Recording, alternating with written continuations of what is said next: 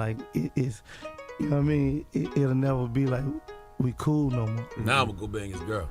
I had already done that. Oh, okay.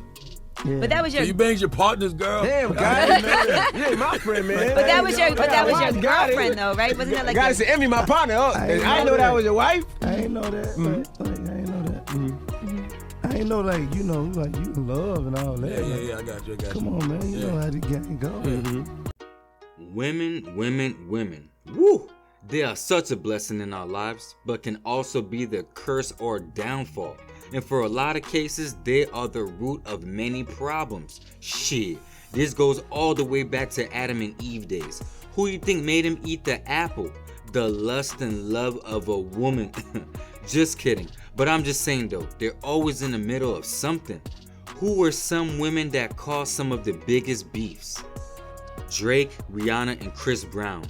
One man's trash is another man's treasure, or however you want to phrase it. Especially dealing with Rihanna. Let's be honest, she's one of the baddest in the game. And once upon a time, she was the reason Chris Brown and Drake were beefing.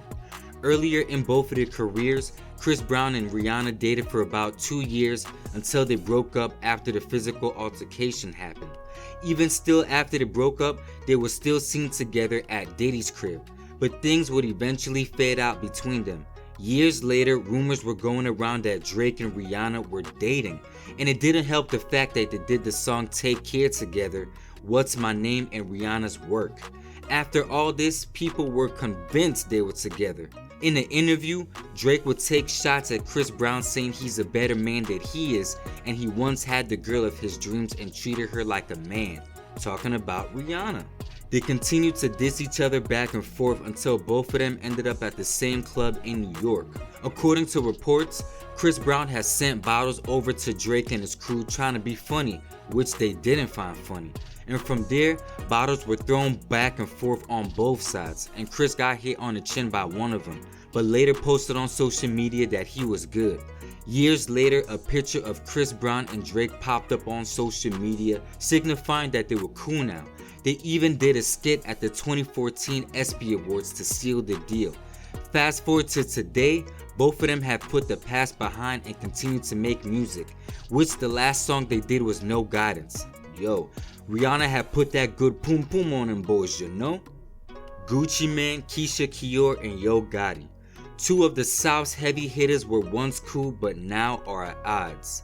When they first linked up in the earlier days of their career, they were putting out a lot of bangers together and even put out mixtapes. But problem first started when both of them were dropping albums on the same day and didn't know. To Gotti, it was nothing and he saw it as a way for both of them to promote each other. But to Gucci, he felt some type of disrespect from it. Not only that, Gucci was upset that Gotti had did a song with Jeezy, who he said tried to kill him back when they were beefing. During his dark time, Gucci had went on a Twitter rant calling out Yo Gotti again. In a later interview, when Gotti was asked what may have been Gucci Mane's real issue with him, he said it's because he was smashing Gucci wife's now girlfriend back then, Keisha Kior. This was during the time Gucci was locked up, but to add, this was also the time Keisha Kior was on her Video Vixen tour and was linked to many rappers like French Montana, Drake, Rick Ross, and a few others. So probably to Gotti, she was just for the industry, but deep down inside he didn't know Gucci loved her. It's now 2024 and both of them are still not cool, even though Gucci squashed his beef with Jeezy and T.I. But over a woman is always different, and maybe because the fact that Gotti and Keisha were together? I don't know, yo, I don't know. But let's not forget that Young Dolph was one of Gucci Mane's best friends. So Gotti already being linked to the Dolph situation didn't help at all. So I take it back. These two will never be cool again, just based off of Dolph. It is what it is. T.I., Tiny, and Floyd Mayweather. This seems like an odd triangle situation. Rapper, boxer, R&B singer. I guess not when you think about it, cause shit, they all in the same damn circle. But this whole situation honestly felt like a tit for tat. What I mean is, I feel like the only reason Tiny was messing with Floyd was cause this was the time T.I. was running wild with the women, getting caught every week. They were going through a very rough time in their marriage, almost getting a divorce. But I think the girl T.I. was messing with that really pissed her off was Bernice Burgos. Bernice and Tiny even threw shots at each other on social media. It was no secret that Bernice was T.I.'s side chick. Even Tiny's best friend confirmed it. Tired of all the nonsense going on and on the verge of breaking their marriage, Tiny started hanging out with her old friend Floyd Mayweather. They started hanging out and taking pictures together, but it wasn't until the leaked video of Floyd and Tiny dancing with each other that it became an issue for T.I. Floyd was rubbing up on Tiny, grinding, and he was all up on that thing. T.I. and Floyd would diss each other back and forth until they both ran into each other in Vegas at a burger spot.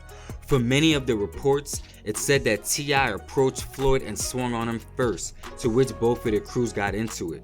In the video, you can hear Floyd yelling to T.I., "Control your bitch, control your bitch." The way we out here, Mayweather. Just go. You control your bitch, motherfucker. Over time, T.I. and Tiny would work things out for the better of their marriage. In this clip, T.I. tells Tiny she was messing with someone he was beefing with, and she says she didn't care because T.I. was messing with someone who Tiny sent to work with him. Man, T.I. made sure to keep his wife by all means necessary. You gotta do what you gotta do, man. You left and went and got a house somewhere else. Cause you started cheating. Yes, sir. For those who don't understand, Tip had some infidelities with a girl who I hired, and that girl is one of the reasons why I got my own house. I ain't intertwining my souls with no mother. Hey, look, man, let me tell you I ain't something. doing none of that. It's totally different from what you're doing. You done had your where you was out with this dude that you know I don't with. Out what? You know. I wasn't out with them Hey, man, as a it don't couple. matter. You was at his house. What you mean? You was at his house. You in his house.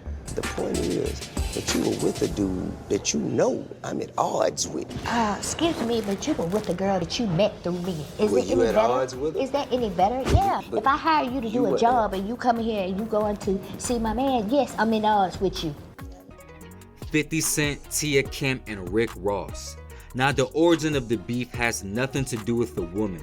Check out a video breakdown I did of them on my channel. But no woman was a cause, but a woman did help assist in the beef, which was Rick Ross' baby mom Tia Kemp, who has somehow resurfaced in 2024 and has been hilarious with her big old teeth and just going at Ross, causing him mayhem. During the height of the 50 and Ross beef, 50 got a hold of Tia and started hanging out with her and Rick Ross' son. He took her on a shopping spree, gave her a mini makeover, even flew her out to Floyd Mayweather's house to hang out with him and Diddy, the diddler. Yeah, I got a video on 50 and Diddy on my channel too, check that out. And while all this was going on, Ross had no choice but to sit back and watch it happen. Tia was causing Rick Ross hell back then, helping 50, and doing it now again. 50 had even used Ross' other baby mama, LaStonia, sex tape. He had used his pimpin' curly character and was given a scene-by-scene detail of how Ross' baby mom was getting smashed on a porno tape. Yo, that shit was funny, yo. But 50 ended up getting sued for it and lost the lawsuit, which Rick Ross has been making fun of him for to make payments and don't be late. But 50 had filed for bankruptcy and restructured his money, so therefore, the baby mom never got paid up to today's dates. So I guess he had the last laugh, huh? I guess all is fair in love and war. Freddi, Gibbs, and Benny the Butcher. This is another situation where the origin of the beef didn't start from a woman, but the woman was used as a chess piece.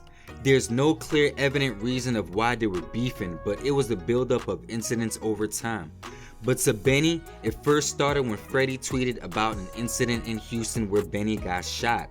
And they went back and forth on social media until they ran into each other at a Buffalo restaurant. Benny and his crew jumped Freddi and took his chain. And during the jumping, Freddi Gibbs' girl, now baby mama, was also there, seeing him getting his ass whooped. Not too long after the situation, Freddi and his girl split up. She said that Freddi changed and wasn't the same person, and even went on Academics podcast to trash him. Benny saw the opportunity and linked up with Freddi's ex and took a picture. Not sure if something more happened after that. Maybe he smashed, maybe he didn't, whatever. But this is love and war. It's all fair. Women will always be used as pawns in a game of war, or sometimes are the main reasons for two men disagreeing, and it will never stop. Shit, Pac and Biggie were one of the early ones, as Faith Evans was used by Pac to hurt Biggie. Now we have Quavo and Chris Brown beefing over Karuchi. Man, it will never stop. The cycle continues. It's your boy Top with Top This Hip Hop. Thank you for watching. I appreciate it. Catch you guys on the next one.